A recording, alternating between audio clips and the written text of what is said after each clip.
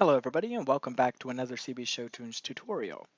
Now today what we're going to be getting into is how to actually get our characters to basically get this little marker around them and of course select a group of characters just by dragging your mouse around the screen and then being able to move them all.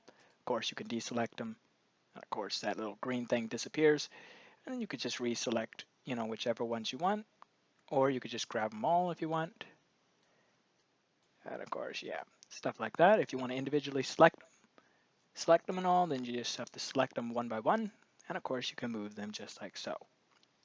All right, so let's go ahead and get on into this tutorial. Now, if you've been following along in part one, part two, then you should already have a setup similar to this right here. Now, if you notice all these different player characters sitting around the screen, these are actually set up to be players. They're not enemies at all. So make sure that whenever you're setting these up, that they are set up exactly like the main character was inside the previous tutorials. Keep in mind, I will have the script for both the mouse control and of course the player control down below. So let's go and get started. Now, I already covered all the setups and all, so we're just going to get into the script and it's going to be very, very simple. So over here, we're going to cover mouse control. So mouse control allows us to be able to move our character based on where our mouse position is. So we set this up, of course, I believe inside of first part one, I believe. And the only thing that you're going to be doing inside this script is inside the void update function. And you're going to just simply put this little script right here. I don't believe it really has, how would I put it, a spot where it needs to be, as long as it's underneath this physics.raycast. And right here we see if input.getMouseButton 0. So if we have our left mouse button down and hit.transform.tag is equal to player. So if it touches a player object when you select it and then you just drag to whatever, then this will happen. So we're going to put target is equal to true. We set this up earlier to basically say if target is equal to true, then we can have all this spiffy stuff happen. And of course, we basically put where our RayCast hit with our transform. We get the component player control, which controls all our players, obviously. And of course, is selected is equal to true. Now, like I said, if you have not been following alongside my tutorials, then you might want to go back and check out part one and part two of this tutorial before you actually get to this one right here. Otherwise, a lot of this is just going to sound a little bit, crazy. Okay, so that's pretty much it inside the mouse controller. So let's head over into the player control. Now the player control is, well, we got a couple spots we're going to be messing with. So right here, we're going to be basically creating a public animator called marker anim. This allows us to actually have our, I guess you could say, our marker appear and disappear. And we'll get into how we actually created this marker as well as setting up the animations after I cover the script, of course. So we have to make this public animator called marker anim, and that will be for our marker. Then we're going to come over here to the void start function. If you don't know what that is for, that's pretty much when the script is activated or begins. So basically when the game starts. We're going to say marker anim, which we're calling our animator, is equal to marker anim, so the actual component, dot get component animator. And the reason why we have to put it this way is because if we just put get component, it would look on this individual object. So we're looking at our player right here. Since we have the script on the player and we sat there and tried to say just, get component, it's going to look on this object for the animator instead of looking on this marker for the animator. So just keep that in mind whenever you're working with this. Okay, so now we're going to head over to the void update function, and I believe I got like maybe 2 of these over here. So right here we have underneath if is selected, then we're going to have marker anim.set trigger is active, and of course we'll cover more into that when we get over to the animator controller. So yeah, that's all that is there for. It's just saying, activate the trigger for becoming active. And of course, if we roll way down here to not is selected, just like that, we're going to do the opposite, is not active. So yeah, really simple. And of course, that's underneath the player control script. Now, also, keep in mind that the scripts will not be completely complete till the end of all the tutorials. I'm really not sure where that's going to end, of course, but you know, we'll grow along the way. Okay, so to create a marker, all you really need to do is create, say for instance, a cube. So let's roll down to the bottom of the screen, right click and create a 3D object called cube. Go over to the scene real fast, go check it out. So right here, we basically just set up the size of the cube. So we're going to put the size at about, oh, I think 1 looks good on that. We're going to put that at about 0.25. 1 looks good on the Z as well. And of course, we're going to just change the position. Okay, so as you can see, it's sitting like right there. And we want to just scale this up just a little bit actually. So 1.25 perhaps, or 1.5 perhaps. Yeah, about 1.5 or so. And we want to give it a material. So if we check out, say, all these different materials, I basically created what we call this cookie material, even though I don't believe it's actually a cookie.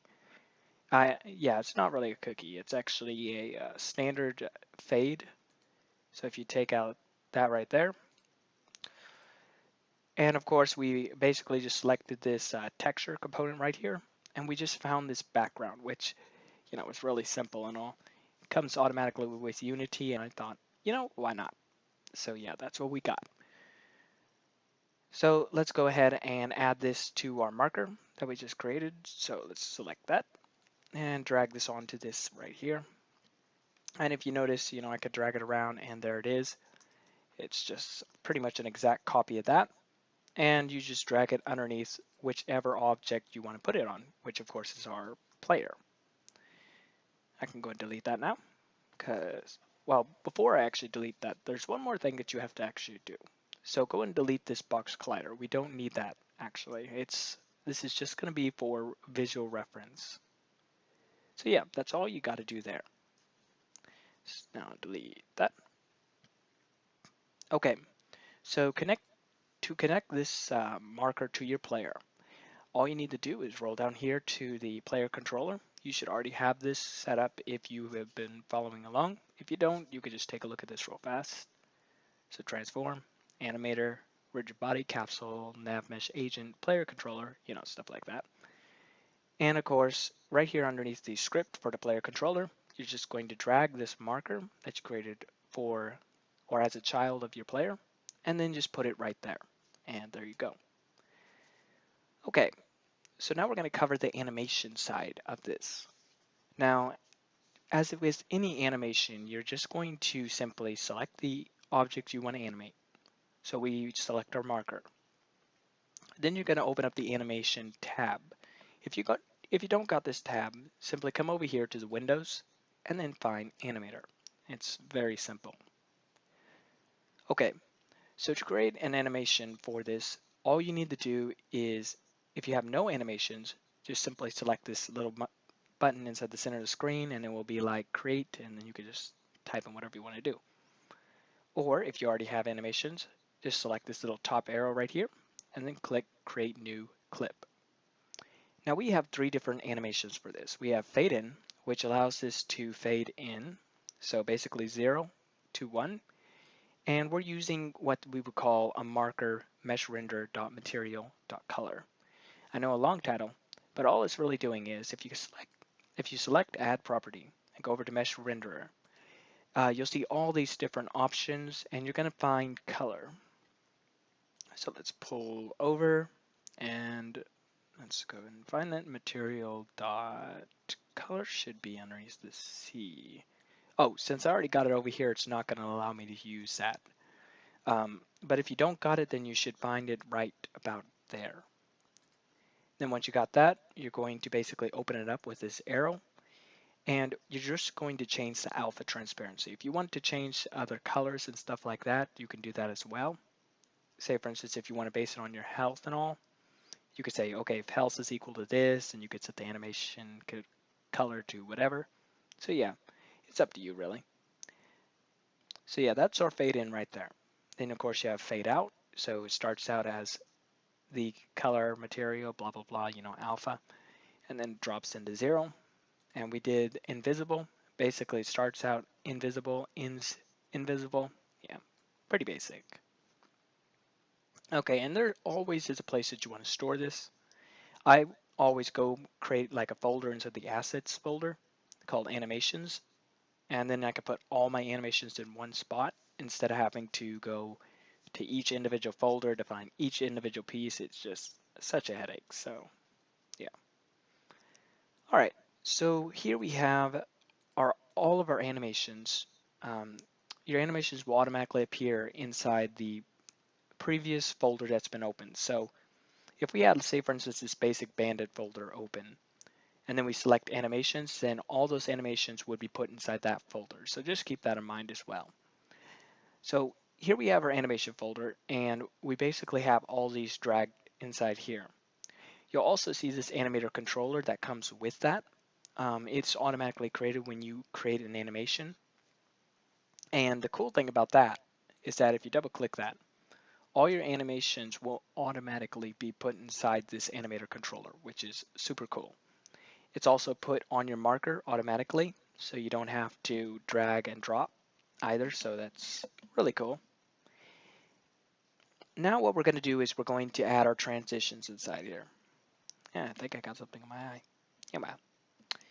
Okay, so first things first, we're going to set up our parameters. So inside our script, we basically had is active and is not active. So is active is going to be for activating something, so we need to add these parameters. So to add it, simply go over here to this plus sign, press plus, come over here, select triggers, then of course type in is active, put is not active, stuff like that. Then from there, you're going to set invisible or whatever you want to be as your first start off piece, basically the one that's it's not going to be showing at all. Right click that and then set as layer default state if it's not already that. Once you got that done, you're going to go for the fade in because when you're invisible, you want to fade in to color. So you're going to right click on invisible, make transition, and then select fade in or whatever you called it. It's really up to you. Once you got that done, select this little arrow and you're going to see like has exit time on, and you're going to see this little thing called conditions right here. It'll look something like that.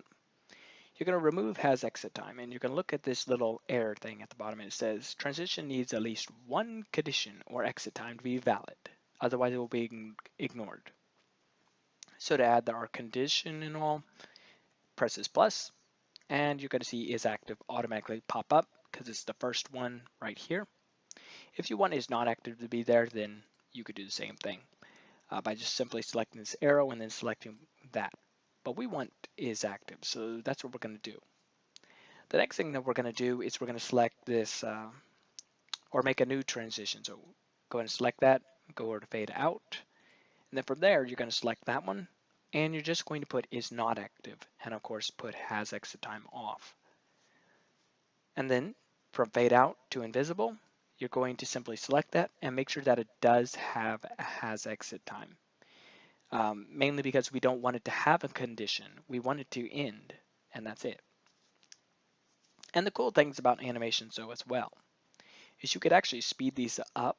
So say for instance, if it's too slow and you don't want to go back into the animators or animation tab, I guess you could call it, to edit it, you could actually just change up the speed. So say for instance, we want these to speed up by like 5. That's like quite a bit. But let's go and press play. And it's gonna pop up in like 2 minutes. You know how it is. So if we select it, there we go. If you notice, it went really fast. If we deselect it, it does that. Now you may wonder why it's also bleeping like that. I actually really have no clue, but I like it. So, I'm not going to do anything about it. So yeah. Okay. So that's pretty much it with that right there. Now, one thing that you will need to do is now if you ever worked with animations before, you will need to actually take a look at, say for instance, whenever you're working with character animations, if you select your character, then you can change the loop time and loop pose. So with these animations, since they're actually on a object and all, you're going to need to change them right here by selecting the animation themselves, then come on over here. So we don't want them to loop time on fade in and fade out. We want it to be happening once, but we want invisible to loop. So we're going to go and select invisible and select loop time. Okay, that's about it for today, guys. I hope you guys enjoyed this tutorial. If you have any questions regarding this tutorial, or you're having issues with this tutorial and all, go ahead and leave a comment inside the comment section below. I'll be happy to answer your questions or try to figure out what the issue is. Also, if you have any sort of thoughts for the next tutorial and all, I will be happy to go ahead and try to implement those thoughts inside this next tutorial as well. Also, make sure to leave a thumbs up. I would really appreciate it. And I'll see you guys next time.